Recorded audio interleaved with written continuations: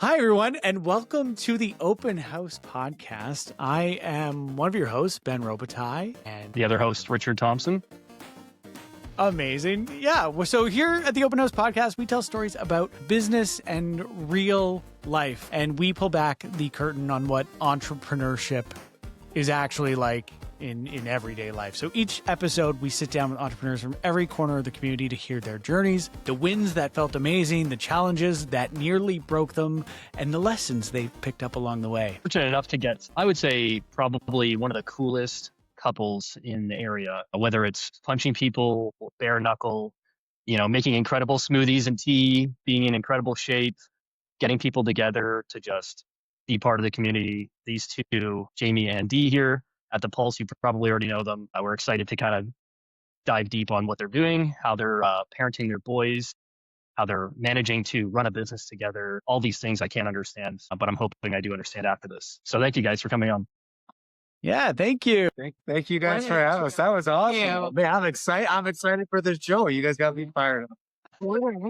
Good. Awesome. Thank you. Well, thanks for coming on.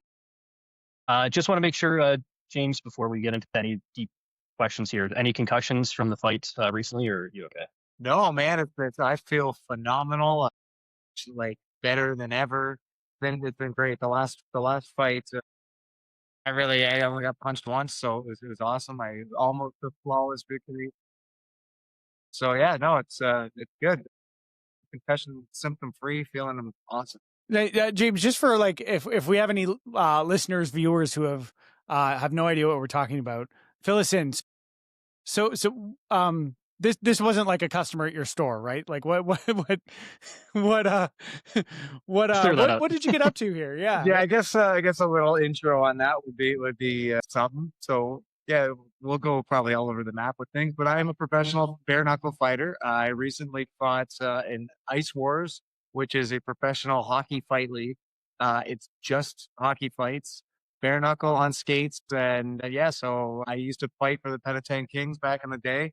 The hockey fighting is kind of what I would say is one of the things I'm best at in life. And so and I got to prove that to the world. When was that? That was like 2 weeks ago, I guess. Less. It's kind of funny because when we met him, like he had like every season of like John Terry's like Rock'em Sock'em. So it's interesting to be at this like full circle moment. And when we moved up to Penetang, it was like, oh, Jamie, yeah, he was the enforcer. So it's interesting that like it's come this full circle to this form of. It is kind of weird because when we met, I was not a fighter. It was always my dream to be a professional fighter. He didn't know that because, as again, we'll get into stuff. Professional acting was kind of I had a lot of different things that I've wanted to do in my life, but acting was definitely one. And we met through acting, and that was my massive passion. It was during COVID when I was like, got really into like, I want to fight again. I just got this massive drive for it. And he was like, okay, yeah, go get cleared by the doctors and fight away, buddy, thinking that there's no chance. World pandemic, and you're just thinking, I want to punch people in the head. Right. Yeah. Some people took up baking bread. Not Jamie. He's punching people. It's so weird because I am a lover. I am a lover, and I can't say I'm a lover, not a fighter, because I'm an absolute fighter and I love fighting, but I love people. And for some reason, just like there's nothing like punching someone in the face. Well, I don't know about you, but I know Richard and I are both Leafs fans, for better or for worse. Yep. And I think they often say like the enforcers are like the meanest guys on the ice are often like the guys you'll find down at the children's hospital on the weekend, just like volunteering their time and like the nicest salt of the earth human beings. I will tell you, and people have come to see now that when they hang around with me, I think fighters are the most incredible people in the world. Like they're the biggest hearts. The first, like, I'll fight someone and we'll kick. I don't know where the PG rating is, but we'll beat the heck out of each other. And go have a beer with the guy after, or a hug. Like it never ceases to amaze me. You'll get the heated exchanges and you'll get that animosity before, but as soon as you go toe to toe with somebody or you square off, for the most part, it's like handshake, hug, and you just went to war with somebody. It's a pretty cool thing. I've always appreciated the level of respect in hockey fighting. I don't know if I could get up and fight someone, and it's been a long time since I fought in hockey, but it's definitely happened. But I can't imagine getting in a fight with someone where there isn't the build up on the ice through the game to like get each other's number and find someone later. And that's the build up for me. I don't know if I could just get on the ice knowing that we're just about to fight. It's different, man. It's like, well, again, I think being an actor and going through that has been able to help me with that, because that's what was me in hockey too. Like playing hockey, I love to play. I love to score. I love to be I love hockey, but it didn't take much for me to flip the a little slash, you touch my goalie, where like usually you need that. And it was, part of like throw the gloves off, and it was like, Your experience, though, as a big up boxer, it prepares you, right? oh, Because it's 100%. a sport, so you're mentally prepared to go into the ring for the sport. It's just then Yeah. connecting those two with like your previous experience to that, and like to not make his ego too big. I think that like for me, like the ironic thing is like I can't typically watch the fights. I think every partner, parent I've spoken to can understand my perspective of it. Is like, you don't like to see your person get beat up. Like it's just you get worried, you get nervous, you get all the emotions. So And I had been getting beat up. and he had them. But that being said, like to give him the confidence is I kind of always knew that was where, I mean, even one fight, it was a very good fight, worked like very well. One One professional hockey ice fight. over. But my point being is when he walked Right. on the ice, there was a level of confidence that I saw in him that I didn't see in any of the other fights. It was like, this is my space. This is where I know my stuff. And you could kind of feel it through the screen. And even though he's a performer and he, brings the energy with all his fights, it was different. I found that it was something very interesting to watch. And I did watch that. D, what's your extreme sport, or what would be something that is unorthodox that you're doing? Me? Kind of in Oh, God. similarity. Compared to that, I think I'm boring. Come on, man. No, I would say like for me, like my like fitness and wellness journey like has really kind of taken shape over the last few years. I was diagnosed with type 1 diabetes back in 2012, and I'm asthmatic, and like I was the gal who had a lot of excuses why I couldn't do a lot of sports. Swimming was my jam, baseball was my jam, but really didn't overly do too much more. Some gym stuff here and there, but as I kind of, after my diabetes diagnosis and starting to kind of take the reins on my own health and nutrition and wellness, I started being able to push myself a little bit more. So for me, my during COVID wasn't beating people up. My during COVID was, I actually taught myself how to run, which was a big endeavor for me because literally for decades I told myself I couldn't. My asthma, my ankles, like excuses I had them aplenty. So it became a personal development piece just as much of a physical thing for myself to teach myself. And then I got excited and competitive with myself. So it was like, okay, well, now I'm going to try a 5K. Okay, now I'm going to try a 10K. So for me, I would say the most extreme thing I did is, this tells you a lot about our relationship. Like for Christmas, he bought us like entry for the half marathon for Butterjaw. Like this is our like dynamics, is like these kinds of things. So that was a big accomplishment for me. And for me, it's more, so we did do the half marathon. And for me, it was a very interesting journey because as a diabetic, I'm not just training my body for the half marathon, I'm training my diabetes to manage the half marathon. So my goal was to do it under 3 hours. My goal was not to have a low blood sugar, to arrive alive. I was joking. So I was able to do that. Arrived alive. I didn't have a low blood Amazing. sugar, and I accomplished it in under the time. Just finishing a half marathon is Yeah. incredible. So it was Oh a my lot goodness. of discipline, a lot of commitment in the gym, and because again, we've got a hot summer, I have to be careful with it. So there was a lot of pieces to that. So for me, it felt extreme because it was the more I've ever poured into an activity. And it's a heavy one. It's a lot of internal stuff going on there. But just like we were saying, the amazingness of the athletes, I fell in love with the etiquette and the energy that runners have. It was like in the last 2K, you're like struggling, especially the last like 1.5 to 1, or you're like, I'm almost done, but I'm like, I don't know if I can do it. And it's just those nods that you can do it by the people around you. It just like, it's like the goodness of people. So that would say that would be the most extreme for me, other than like foam fest and like Those things that are like kind Right. of fun and silly. Like, Yeah. I think people underestimate the nutrition aspect of running. mhm. Because I've done a few ultras now, and like the food aspect, as someone who's like, I'm going to speak as a non-diabetic person, is hard. Like I struggle with it. So I mean, as soon as you factor that in, and you're like, running for anything over an hour, it's like I I can't really wrap my head around it. Like that's a lot to balance. It was interesting and it was a very cool accomplishment. In real honesty, I think I've ticked it off the bucket list. Not that I didn't enjoy it. It's just the level of training is just for me as a mom of 2 young kids, a business owner, a busy person. I don't want to spend that much time in preparation mode. I'll definitely rock some 10Ks. Maybe there'll be one day in the future, but for me, like, I'm really proud of that. I do want to ask about your business, but I have one quick question about running, and I'm kind of polling people on this. When you're near the end of a race and like tank's empty, are you one of those people where you feel like your body is pulling your mind or your mind is pulling your body? I love that question. I think it's total mind. Right? I think it's total mind. It's like it's almost like, this is a really weird analogy, but it's like, when you really have to pee and you're driving and the car, and like you are a block away and you're like, I'm not going to make it. I'm not, like, you start like telling yourself that. I feel like it's the same thing. So it is a little bit of that internal conversation of like, you've come this far, like, hold on, man. Like, that's the way I would kind of describe it. Whereas I think you're totally, I love that. your body can do it. Your body can do a little bit more. And sometimes your body can't. And I highly encourage you to listen to the body. But 99, I think 0.9% of the time is 100% mental.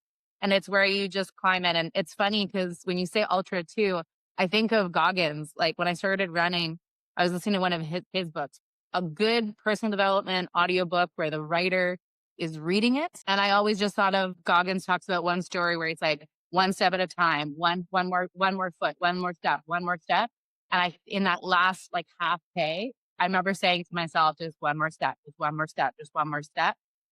Because I knew if I started walking too much, the game was over. No, I was part of the Rotaract team that put together the Butter Tart Trot, and my particular job was to design the course. And so when we made the course go into Tay, there was a lot of good talk on the shade and everything like that, and the view, and I really liked how it turned out. What did you guys think of that? Oh, man, I loved it. It was cool like that. My only issue was that I didn't train. I just was like, oh, half marathon. Yeah, I can do that. Let's run it. And then just started running at other people's paces. I'm like, oh, your pace seems good. Really bad idea. Really bad idea. But yeah, the Right. the course itself was awesome. And then, but that last like half K, somebody that knew what they were doing and timing themselves and going through stuff, like ran up to me and was like, hey, do you know when we're done? I'm like, I have no clue. And I'm like, lucky this person said that we were like near the end, because he's like, I think we did the 21 and a half, or we're close. Because I had no idea, just no clue. Didn't pay any attention to my, what actual speed I should have been running. So the course itself was amazing. The shade was off, like it was all great. The only thing I can remember was just being like, is it done yet? But as far as the course, I loved it. I really appreciated the more shade because I did do the early time to try to avoid the excess heat. So it was really appreciated that like I really didn't hit the heat until the last like 5K, I would say. Yeah. So I want to move on to your business, because I also want to touch on acting. So I want to make sure we have enough time to get through everything today, because I'm sure we could sit here for hours on end and just shoot the shit. But we've got a logo behind you for our people who are just listening. It says The Pulse Nutrition. What is that? Tell us all about it. Do you want me to start? Yeah. Okay. So we've been wellness coaches for the last, it was 10 years in June. In 2012, as I mentioned, I was diagnosed with type 1 diabetes. And with that came, I was 29 years old. We were working and kind of touched briefly on the acting thing, which we'll come back to. But we were both working as actors, paycheck to paycheck, the stereotype of the actors that work in the evening, drink too much and other indulgences, and then like wake up, right? And then wake up late in the day. It's just not a good cycle. And as much as like Canadian actors, so bartenders, managers, working 15 other jobs. and then like try so that you can be available for auditions. Like So it was an like we were also in the comedy community, which love, but there's a lot of addiction issues. There's a lot of kind of a culture that was probably not the healthiest to be moving forward to in our and Jamie might touch on that a little bit in a second. It was time for a change, and I think we all knew it, or we both knew it. And oddly enough, during that time, um, this all comes full circle, I promise you. But we've been asking to move up here to Penetanguishene so many times. Like my in-laws sliding us the like, you guys appreciate that the listing was being like, here you go. Like we're like, sorry, we're actors. We have to live in the city. Well, although we can't. Also, we're poor. Right? Yeah. But it was like, so we fought it for a while. But I think it's like we just something internally was like, you can't keep going like this. Like something has to change. And I was one of my first few acting gigs after I had taken quite a long leave from acting to kind of learn life with diabetes was in Milton. We lived in Toronto. So it was also in the winter. So I had some like long trips to Milton. And I remember thinking one day, like, driving to Penetang is easier in the winter than going to Milton right now. And it just so happened, I think the next week, Jamie was like, I know I wasn't going to tell you this, but my mom just mentioned that like this tells you what the market was like. My grandmother's house has been on the market for 2 years, and they said that if a family member buys it, they'll step back and like they won't have to worry about commission. Do you want to go see it? And I think it probably knocked your socks off. I was like, you know what? Let's do it. I honestly almost didn't bring it up. I almost didn't even mention it because I didn't see it, My which goodness. is an interesting thing because like my Yeah. vision and whatever is insane. But it was just something that I'm like, this is not something that we can do. And I almost didn't even bring it up, just thinking that there's no chance that she would be for it. And she was like all for it. Yeah. So I say Right. that because it became the kind of catalyst, I think, of like positive change and the being willingness to start doing something a little bit scary. And that was very different for me. I was always a very safe person. Like, this is my thing. This is what I do. And we moved up here along the way with the diabetes diagnosis. I like to say I'm a recovering perfectionist, but I was trying to be the perfect diabetic. So I was like, give me the manual, I'll crush this thing. Let's go. And along the way, a bit of a miscommunication with my diabetes nutritionist. I actually was consuming way more carbohydrates than I needed to be. And doing less activity is my insulin, learning how to navigate insulin. I actually went up to literally 200 pounds. So I'm sitting up here in a new community where I know nobody, the heaviest I've ever been as an actor. That's rough. Going into auditions, feeling like self-sabotaging myself every time walking out, like in my mind. And I was introduced to kind of the nutrition programs that we use and that, we utilize in our wellness coaching by my mother-in-law and my sister-in-law, who is a nurse in the area. And it was one of those things that I just internally knew that if I keep going the way I'm going, it's not going to end well. Do you know what I mean? Like, so I took a leap of faith, started kind of connecting into this incredible community that was not only about like nutrition, but mindset. And that was like the most pivotal part of the piece for me is the incorporating health and wellness as nutrition, moving your body and mindset. And very reluctantly at first, but kind of hopped onto doing something. Because as I said, my line was drawn in the sand. I need to do something. I didn't recognize myself in the mirror anymore. And I hopped on a nutrition program. I was very happy that I was able to kind of get the reins on my nutrition overall, which in turn helped me with my diabetes management. My goal was initially to become a mom, 29 years old, already late in life to have a baby, and then with this new health challenge. So, along with losing 45 pounds, I was able to build in some new healthy habits, start seeing the numbers I needed for a green light for having kids. Fast forward 10 years, using the same nutrition on healthy whole food eating, have had 2 beautiful boys, very big baby boys. I'm so sorry. Yeah, no, 3, I didn't birth him, but you know what I mean. But my most recent results is like I'm down 65 pounds and been turning a lot of and gaining muscle. Why I kind of go the long route on that is along the way of that journey, when you start feeling good, you can't help but sharing it. And I liked the idea of bringing people together to fall in love with themselves, sometimes for the first time, take the reins on their health and wellness, take the reins on their life, having healthy alternatives to what's out in the marketplace. But along the way, kind of started falling in love with helping people. And we started helping kind of clients with their health and wellness goals. But we really wanted to have a hub, like a community hub, healthy lifestyle, a safe space. Anyone can come in here, whether they've got a wellness goal or they just want a healthy smoothie or they just want an ear to talk to or want to come paint or hug. We've done lots of that too. Just a safe space in the community. Like I see long-term vision of like, this is going to date me 100%, but like the Peach Pit for my kids, a place that kids can like come and Peach Pit was the location that Yes. the young teenagers went to in 90210. I'm sure there's more Gosh.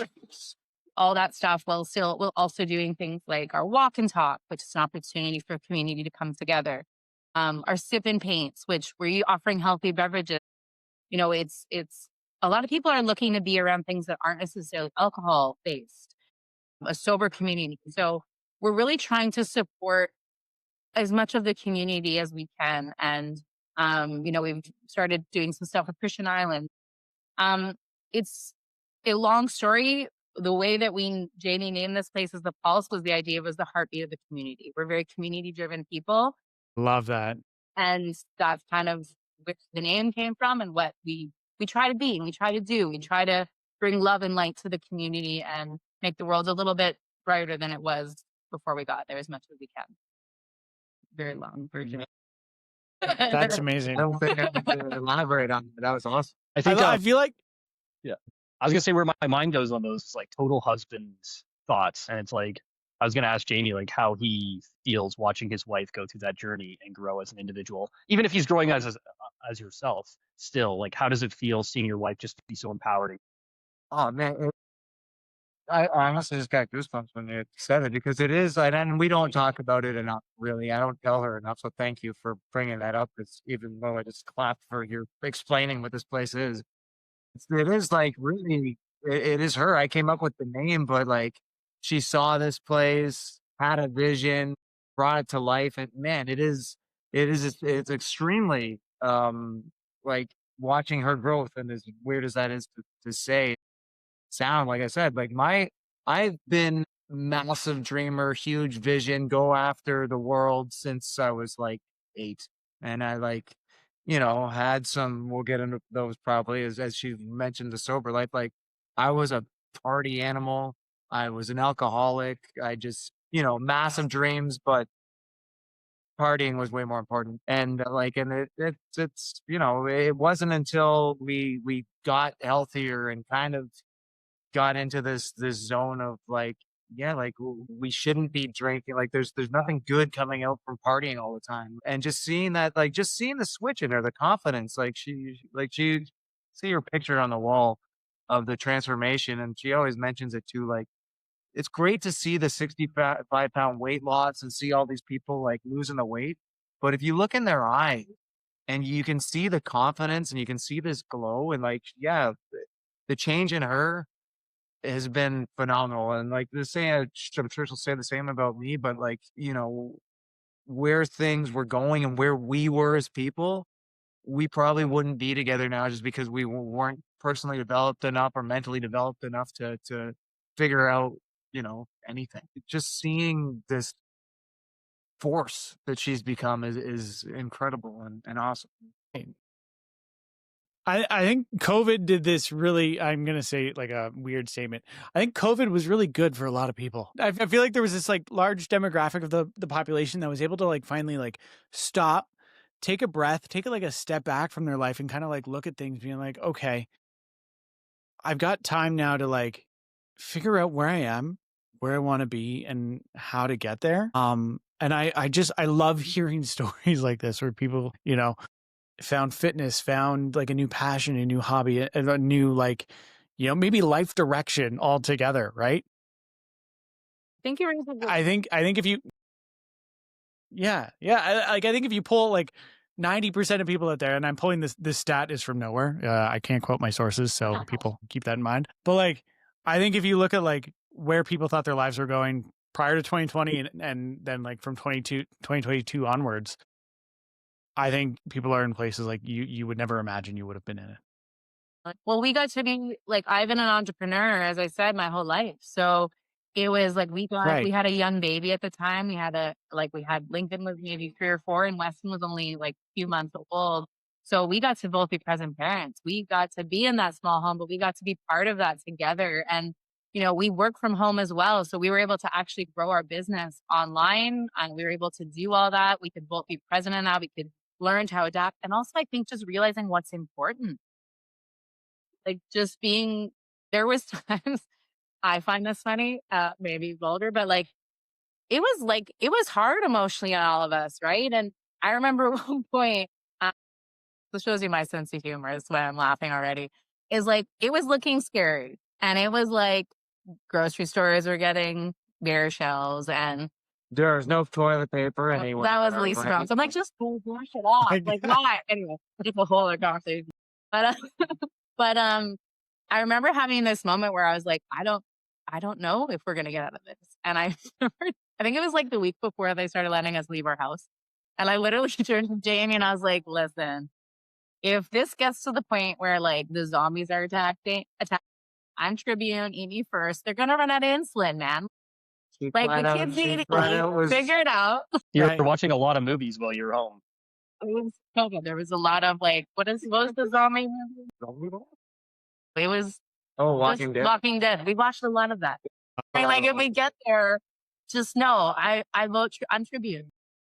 I volunteer. You're going to bed just dreaming about zombies all the time. I get it. Yeah, I'm glad we learned that we could goodness. leave the house so that I am still here with you and not, on someone's sandwich. We're grateful. Yeah.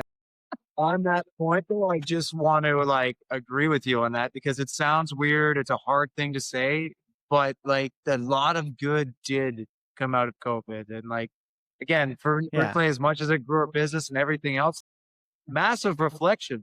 I wasn't, and I know that she'll hate this, but I was not in fight mode until COVID hit. And I had to sit there with my thoughts and be like, wait a sec. What do I want to do? I feel so good. What am I going to do with this?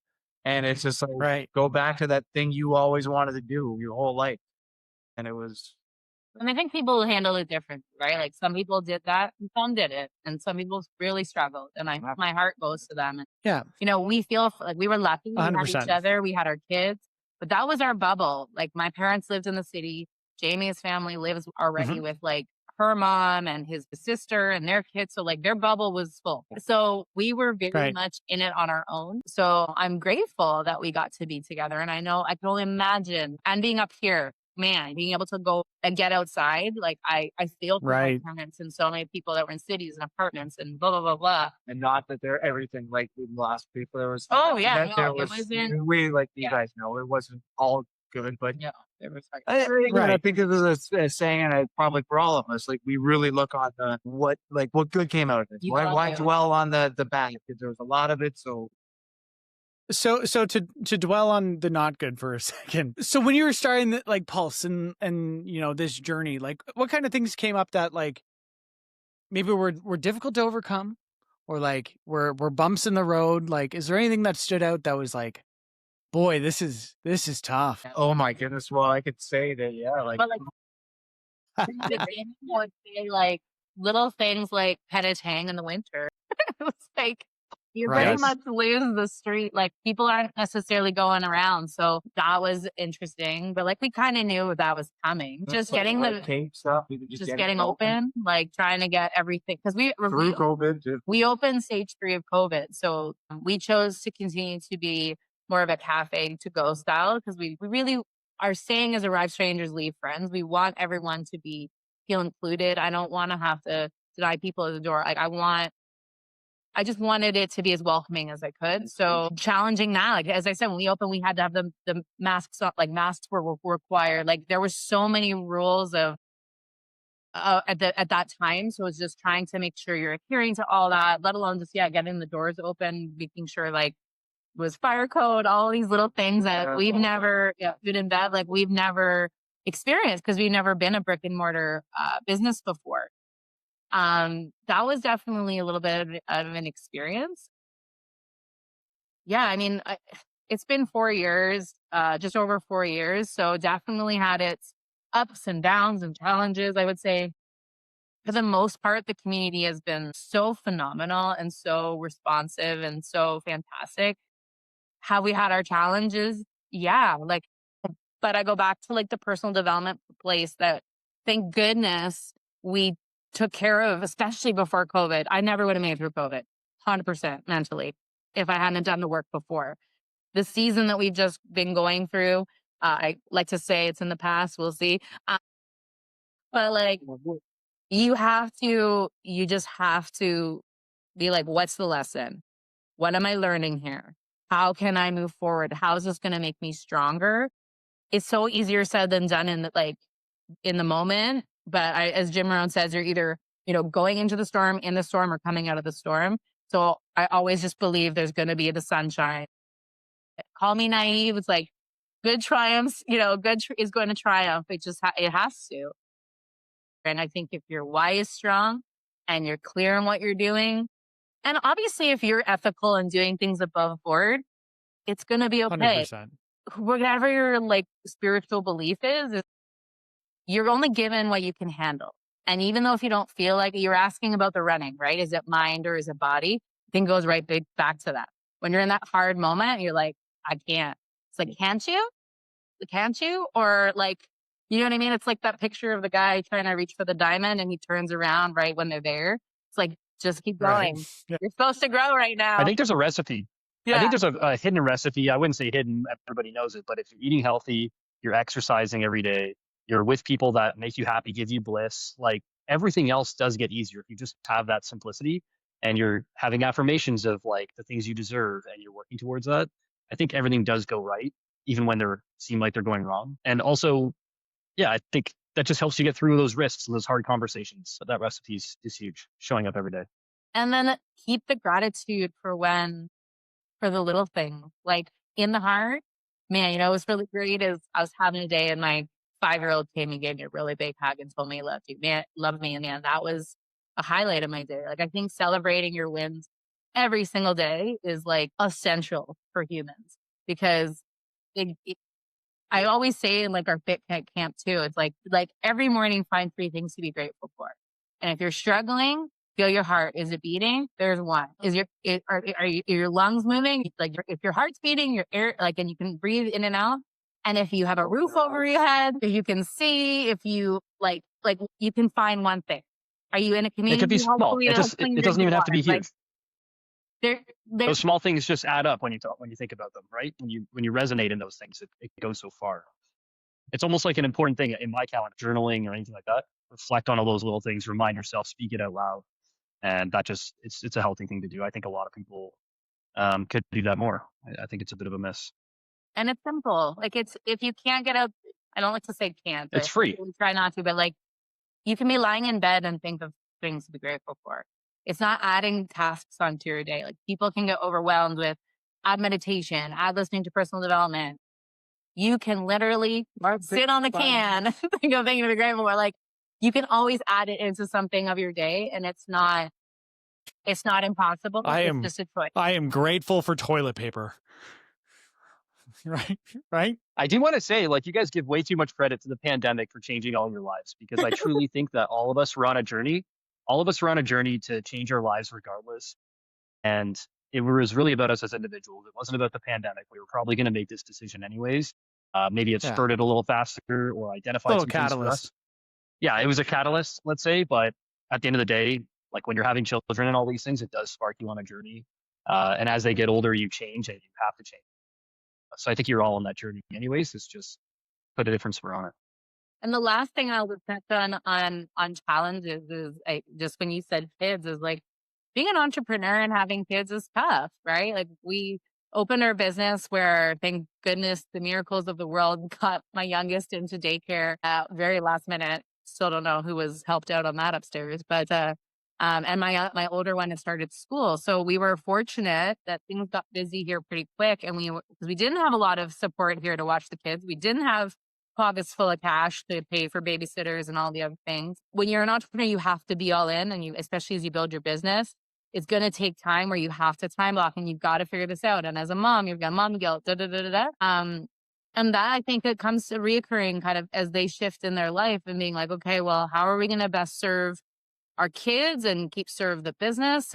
And we don't want them to sacrifice too much, all these things. So I think for me, I think in all the hard is just navigating that and just reminding myself is like the path we're on is to continue to be good examples to the kids of what they can do, is to build them a future. And, as they get a bit older, they can come and do their homework here when I'm working, you know what I mean?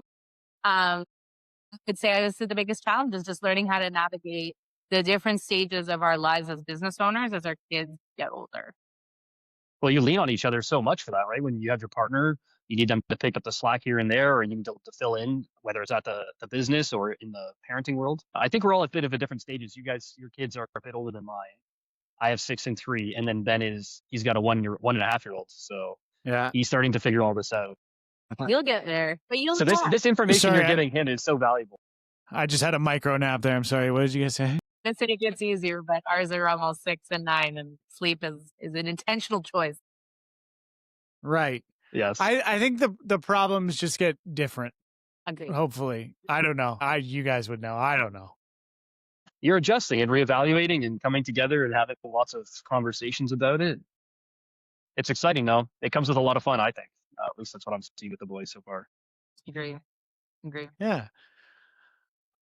So I mean, I'm gonna shift this again because I do some acting myself. I want to hear about your acting careers, how you got started, like like where did this desire to be in that industry come from? Like, tell me everything. Tell me, like, yeah. I'm talking a lot. Sure. I mean, well, it's kind of a cool thing because we're both super passionate about it. So I think you'll appreciate this. So I've always wanted to be an actor. Entertainment was kind of like, the fighting. The fighting is just an extension of the acting to me. It sounds kind of crazy and it's a weird way to do it, but this is my thing. Like, I wanted to be an actor and I wanted to like be an actor to hit every different thing, right? Like everything I do, and I hadn't really told many people this, but I brought it up a few times. So like basically everything I do is because of acting.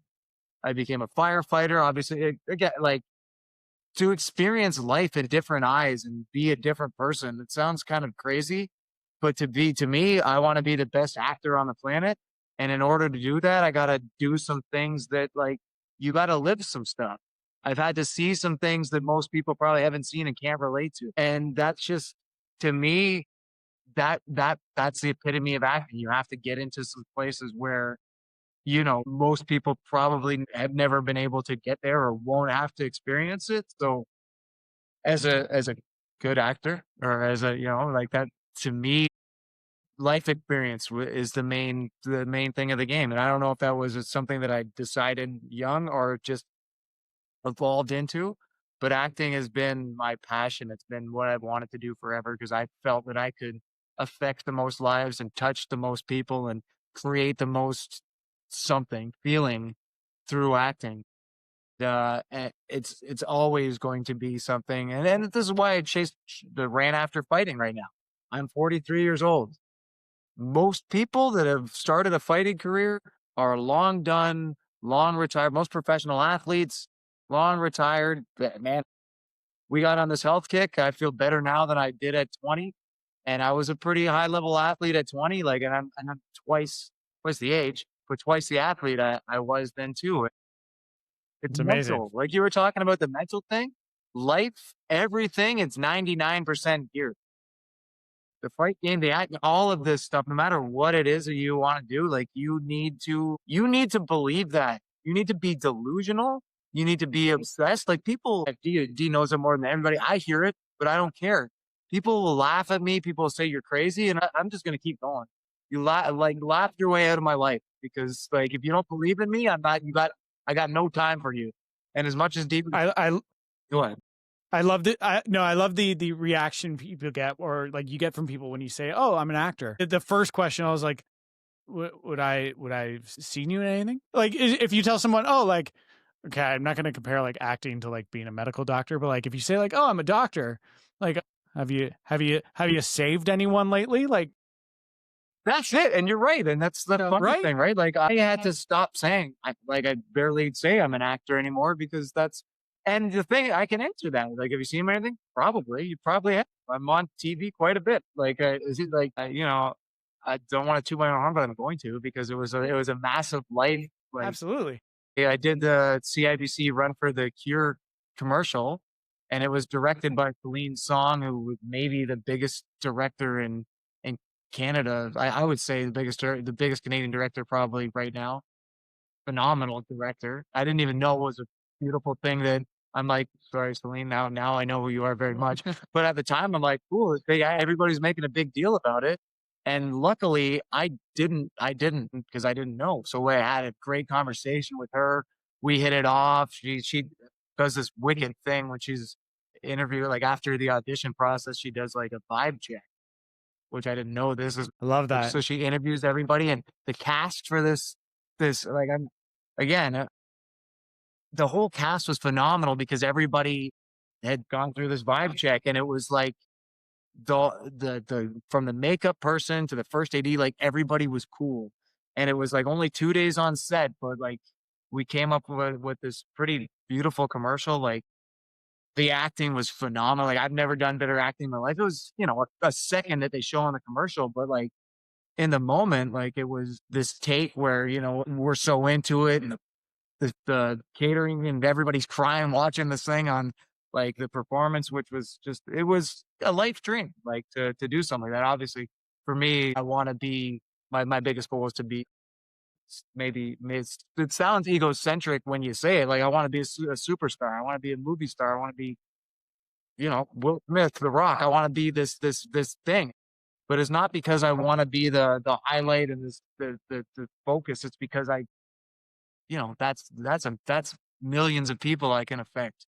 That's more I can do. That's more, my voice can be heard, and I can talk for people that don't get a chance, kind of thing. Anyway, I love you want to that. build that platform up because just like Dee said earlier, is when you are feeling good and you're doing good things in your life, you just want that for everybody else. You just get obsessed with wanting to see everybody else happy and in shape and feeling good about themselves and overcome their limited beliefs.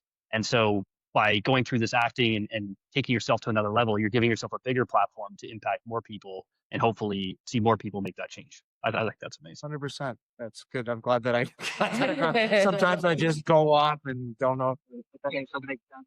Yeah, good. Okay, well, that's good. Yeah. Go ahead, Dee. One of your Yeah. talking stories a little bit different. It was people often see me and they think I'm very extroverted. I'm actually quite an introverted person. And even more so as a younger person. I was bullied. I didn't really know where I fit. However, at Christmas and all the holidays, like my mom had me gymnastics and dance classes and all that. I really thrived at the holidays because I would put on shows with all my cousins and some of our family friends. Oh, So I much love drag that. was worn by all of the boys. My mom kind of noticed that, noticed the light in me a little bit in those moments because I hadn't really found my thing yet. And I grew up in Toronto, and one of the parents of one of the girls there, she was a professional actor, and just by random conversation, she was telling her about an acting class that her daughter was taking with a phenomenal actress by the name of Jill Frappier. And long story short, she popped me in that acting class and I found my tribe. Still had to find my way a little bit along the way to find who I was, but it was my safe place. It was where I could fall into the roles, fall into the creation and not worry about what other people thought. And she is a phenomenal human and really poured herself into that collective, writing her own scripts and all of this stuff. And, doing movies on like the big VHS. I keep doing this for a movie like I'm not that old. Like it was like this one. So like boombox style. But what was cool is we did like the Crucible and the Crucible, Little Women. We did them as like touring productions to schools. So we worked really hard on them. And so we started having legitimately paid audiences really, really young.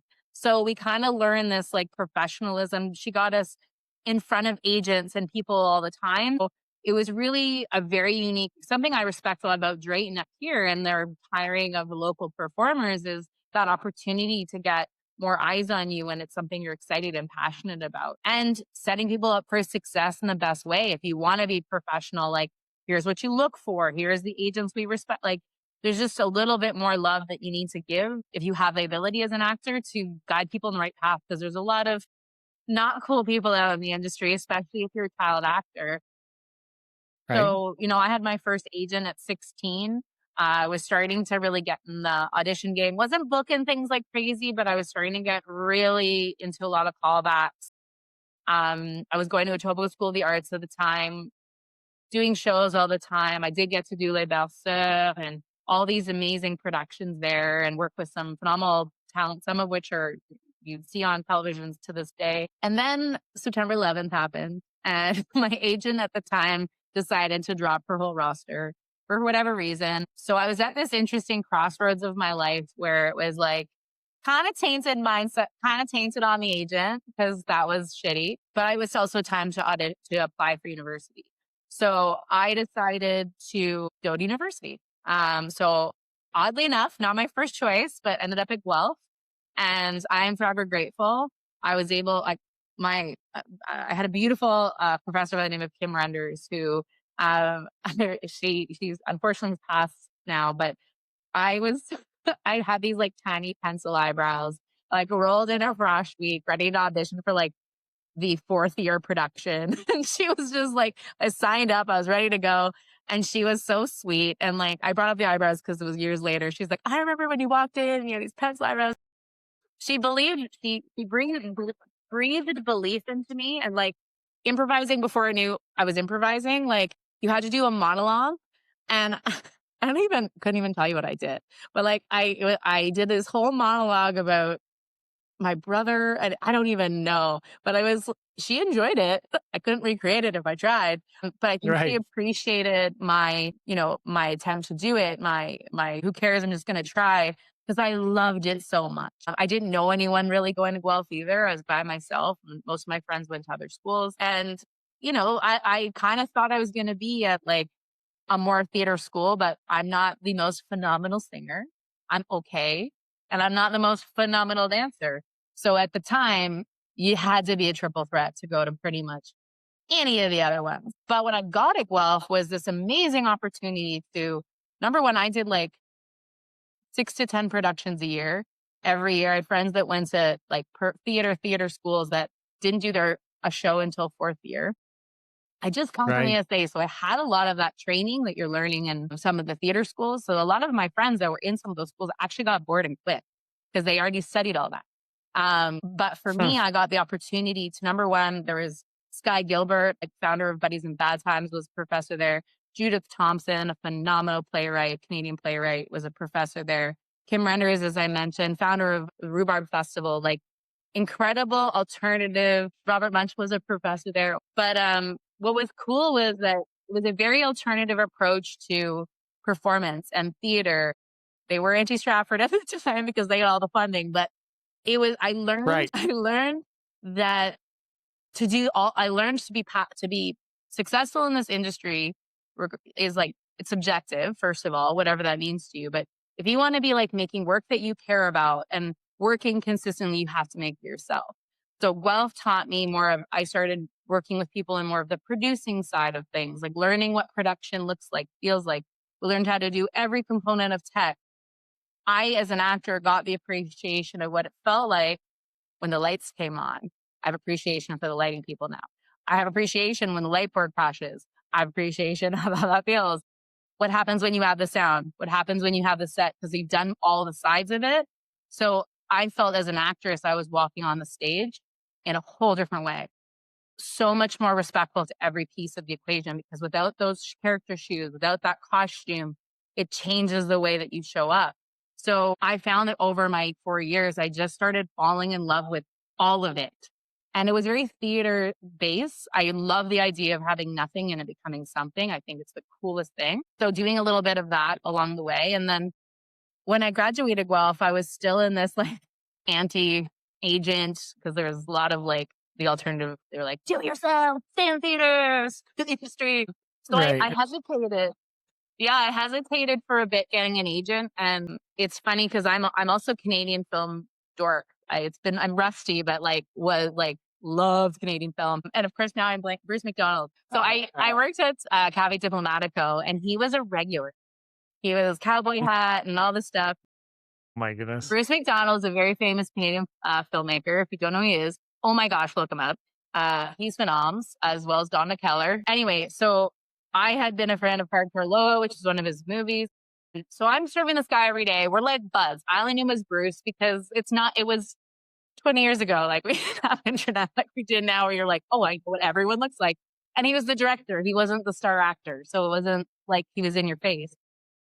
And I remember it was like this slow motion moment one day where it was like cleaning. He'd ripped up a piece of paper and put it down. I'd been playing with his daughter and it was all fun and games.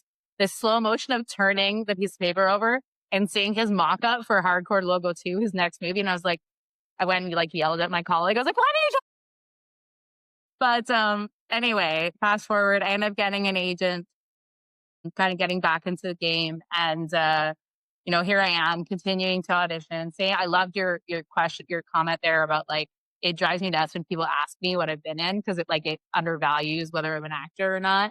Like I've been in a lot of commercials. But I also ended up starting a theater company out of Guelph. I forgot to mention that, with some other individuals there. And we ran a very successful theater festival called the Right Now Festival, which was basically the idea is you're working with new playwrights, workshopping the scripts, and then having it read, table read. That was how it started as a meetup that turned into a festival where we selected certain pieces and then they would be showcased. And we only ran it for a few years. And by the end of it, we were having sold out audiences. We actually had, again, have you guys watched Mad Men? Do you know Mad Men? I know it. I haven't watched it. Okay. Don't judge me. It's fine. I have not. I have a friend that tells me I remind him of the main character. So that's all I know. Yeah, oh my gosh, you do. But, Rich Summer, who was a regular on that show, actually just stumbled upon our festival. And that was super cool. Like, we're starting to get, like, Amazing. recognizable actors that were, like, just popping in. So it was... That's amazing. Yeah. So we did that, and we folded just because some people went into teaching. Some of us went into theater specific. Some went into film. We just kind of all moved into different stages of our lives and fell upon Second City very randomly. We were talking about why we become an actor, right? So like a many Canadian actor, not working all the time, but I love the power of performance. I love the power of theater. I love the idea that if the world's going crazy, you can go into the space for like 2 hours, pour yourself into either the funny, the drama of this life or whatever, and then come back into your own crap after, So I was working all the jobs, trying to do the things. And I was like, I just miss being around the power of the stage. And I remember, I actually can't remember what it's called now, but there was like an actor or an artist job posting board. And I saw Diesel Playhouse and I applied to work there. And I met so many people that worked because Diesel Playhouse was it formerly was Second City. They'd moved across the street. Evil Dead played there. I'm going to say other things you guys won't know because you're probably born that. I'm just joking. It's true. If it's true. You can't age us the opposite. You can't age us like we're too young. Well, some people hopefully will know what I'm talking about. But it was funny. It was like I ended up getting hired over at Second City. There was a lot of like internal fightings with the bosses at the place I was working at. And I was just, I didn't want to be there anymore. And I remember I've been wanting to work at Second City so bad. And my friend Andrew called me and he was like, hey, Dee, do you want to come work at Second City? And I literally went, right now? I'm coming. And he's like, no. He's like, I'm going to get you a job interview. So I was like, oh, okay. So it happened fast. And I only share this because that's what opened the door to me to the comedy world. Because I literally, a former smoker who was outside on a cigarette break with Danny, and he's like, why didn't you audition for the Second City Conservatory? And I was like, I am not funny. I will never get in that. And thankfully he pushed me in the best way and I got into the Second City Conservatory and met some phenomenal people, started sketch groups and started falling in love with the comedy community. Went into comedy production, things that led into working for TIFF as the talent liaison, getting to be around so many cool people, working for Toronto Sketch Fest for years where we met. So it's interesting the way that life navigates you, but kind of like Jamie, the through line of performance has always been there. Had a couple agents, different agents along the way. Got to work with cool people like Eli Roth show with a big director from LA. We've had screenings of projects we've done, screened in Hollywood, done, various things along the route, but it's fun because it gets to be this place of passion now. Charlotte's a local filmmaker, Nate LaCroix. Oh, that was a huge thing for us. That was actually what got us to Hollywood. Go figure. So you can be up here. And we've gotten some of our coolest recognition for our film work. Yeah, actually, we've done a lot doing of stuff up here. We've done a lot of work. I don't know what's going on. We did actually there was a post that came up today was I don't know what the date was, but the 48-hour film challenge in Toronto was a picture of Nate LaCroix, who's a phenomenal filmmaker.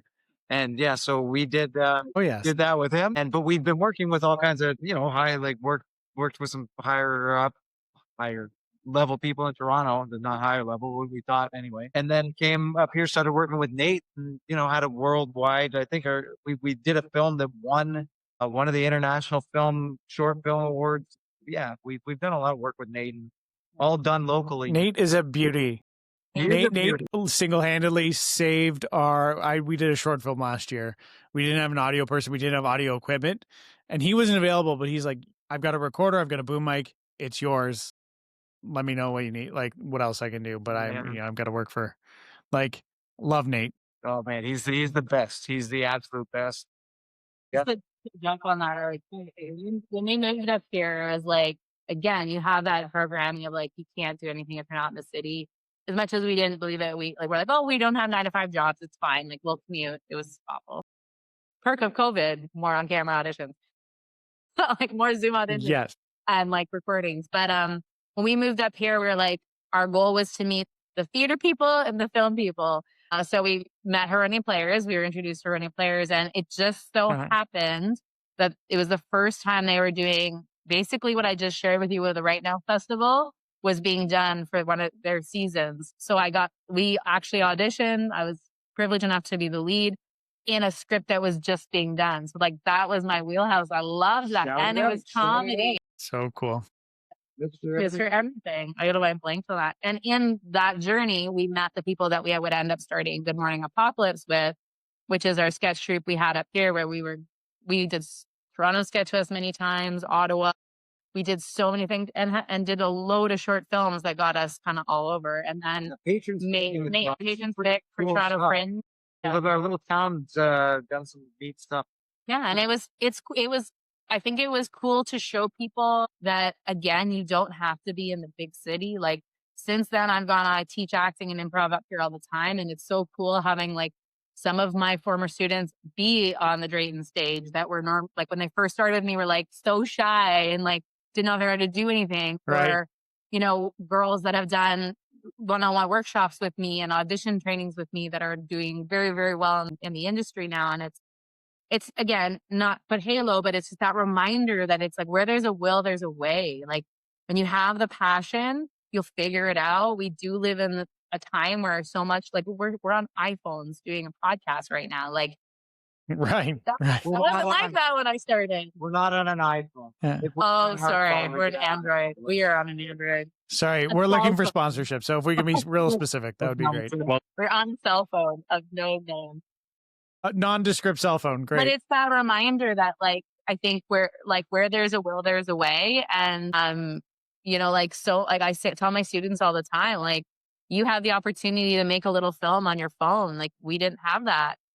When I was looking for my first agent, guys, I had to put together packages in manila folders with lots of printing and hand deliver them or mail them because email was not a thing. And if it was trying to find this contact was not. So you had to have an in to even get to the door, which I'm sure you do now, but I've been in the industry now for helps. 30 years. So normally I can get an intro from somebody, to at least get a conversation. And that's not to everyone. I'm not that important. But it's just, I think where there's a will, there's a way. And I think it's in anything that we do, whether it's being in the professions you gentlemen are in, or with what we ever were doing? No matter what it is, whatever you want, I think I'll just touch on this because I know, yeah, like you said, we could be here for hours, and I know time's probably of the essence. But no matter what it is that you want, like if you have a vision of something and you go after it, I think that's kind of what we're really trying to prove here too. Is it doesn't matter where you're from, who you are, where you're at, whatever it is, no matter what it is. If you have something that you want to do, you're the only person that can stop you from getting there. Right. There's a lot of people out there. The Yeah, I was gonna say passion is like such a lacking thing. It is the power behind all of us. And if you're passionate about whatever you do, as long as you're doing that, I think a lot of us in this past pre-COVID or whatever else, like we just missed that passion a little bit. And once we found it, it just like takes you to new heights. So I always I have a lot of friends, I'm sure you all do, that lack that passion, and you're just hoping they find it. Because once they do, they'll be just like us, just kind of taking off doing things that they enjoy. And it's so cool to be around people passionate. The energy is electric. Yes. Like the conversations are just so a different space. And, I'm a big Mel Robbins fan. And, as a mom who's gone through now various stages of my life in my early 40s, as I said, like the evolution of friendships changes, but so does the evolution of the person. And I think, as you mentioned it before, of like who you associate with is like, as you continue to grow into the next version of you, it's like, I'm very aware of the energies I'm around and who I want to give more of my time to, because I know that I'm an empath, and your negative energy will pull something backwards in me. And I work too hard to get the forwards motion. So let's walk hand in hand and walk forward. I am willing to learn and listen about whatever excites you, because there's an energy and a passion that comes out of you that is so exciting to be around. And you're watching and around people that are working towards a goal, whatever it is so much more refreshing than having the same conversations about the negative stuff going on in this world. We're all aware of it. Did you We all see know. what Susie was wearing? I don't care. I literally get into like again, I feel so old, my references, like the Charlie Brown, the teacher. Like I can't hear excuses anymore. Like I can't. Like it's very hard, because I was the queen of those. I was the queen of excuses. But when you're telling me about something you're passionate, even if it's running for mayor of Toronto, which he did, a whole other podcast. Oh my Wow. goodness, you're Why coming is this back. just It's coming up official. now? Yeah. Yeah, 22. We got lots of stories. But if your passion and your purpose and your drive is there, tell me about it. I want to hear about it. But I don't need to be living in the land of, all the negative, because we all have more than enough of that. And it doesn't mean don't talk about it. I'm an advocate for going to talk to somebody if you're going through a rough point. But man, if we can just like literally be the light, I don't know if you can see that, be the light, and just kind of flip to we're not saying over toxic positivity here. It's just, you can find the positive, if you can take the lessons, if you can be the light, if you can lead with kindness, like, man. You know what? I'll sit on the toxic positivity thing, because people that get mad about that are people that are super negative. Like, Yep. Yep.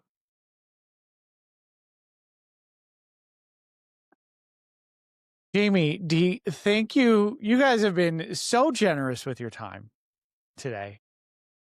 We can't thank you enough for being on our, I guess this is our inaugural, how do you say that word, recording. Yeah. Oh, That's virginity. Amazing. Thank you guys so much. Please continue to be an inspiration to this community we all call home. And yeah, we'll see you guys. I'm stoked to share these lessons to the world. That's kind of our hope for this podcast, is to take people like yourself that are doing these things, battling through whatever it is that everybody else is facing, how you're doing it. We hope these lessons make it to many other people that maybe are sitting on the sideline wanting to do something, wanting to be passionate, but they're just afraid or nervous. So we appreciate you guys sharing and being vulnerable, giving some insight. We hope that we can do this in person at some point, and I'm sure we'll connect again. For sure. Thank you guys, man. And congratulations. It's an incredible thing that you guys are doing. So that's all. And straight over taking action, not talking money. Yes. Right, exactly. Yeah, we're stoked. Thanks, guys. All right, we'll see you at the shop. Well, wasn't that just lovely? First recording, Yeah. Richard. How do you feel? Feels natural, man. Talking to people it's what I love doing. So just hearing people's stories, getting to ask questions. I feel like the only hard part is not uncovering everything. Like there's just not enough time to really get to all the details, right? But Yeah. very good time. I know, trying to keep it to an hour when there's like, when you get people like Jamie running for mayor. Sorry, what? Like, So many questions. Right. I think we need 3 hours, if not more, on all these guests. But yeah, listener, if this is your first time tuning into us, congratulations for being an early adopter. Because this might be our first episode. It's trending that way. Yeah. But if you are listening, make sure you're following us on all your major platforms, your Spotify's, your Apple Music, your YouTubes. We do have an Instagram page too. So yeah, make sure to check us out on all of those. We're going to be putting out episodes every week. And yeah, we're going to have a ton of great stories to bring you guys. So, make sure you get subscribed. You hit the notification icons because you're not going to want to miss a single one. I promise you. Right? I think if you're someone that's sitting on the sidelines thinking that you want to change your life or you want to build something for yourself that you can be proud of, something that you can be passionate about, which is a big topic today, this is going to be the place to get that content and hear the other stories about how other people have done it or are doing it. And maybe it'll inspire you a little bit. So right. That'll be your reason to subscribe and to keep watching. And I think the honest part too is like, it's not a smooth, linear line to where you want to be. There's going to be bumps. It's going to get hard. You might want to quit at times. But hopefully we can be that little reminder for you that, if we just keep putting ourselves out there, things will work out. You need those people around you influencing you, giving you that push, that positive vibe. Yeah. Yeah.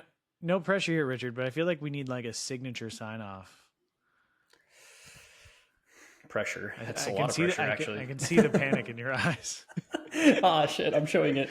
Damn. Right? Yeah. I'm not as good of an actor as you, so sorry. Right. We'll just have to start pretend. getting you auditioning. Yeah, right. Need some practice. Right. It's the beautiful world of rejection. Yeah. Thank you for attending our open house. We hope you had some great snacks. Num num num.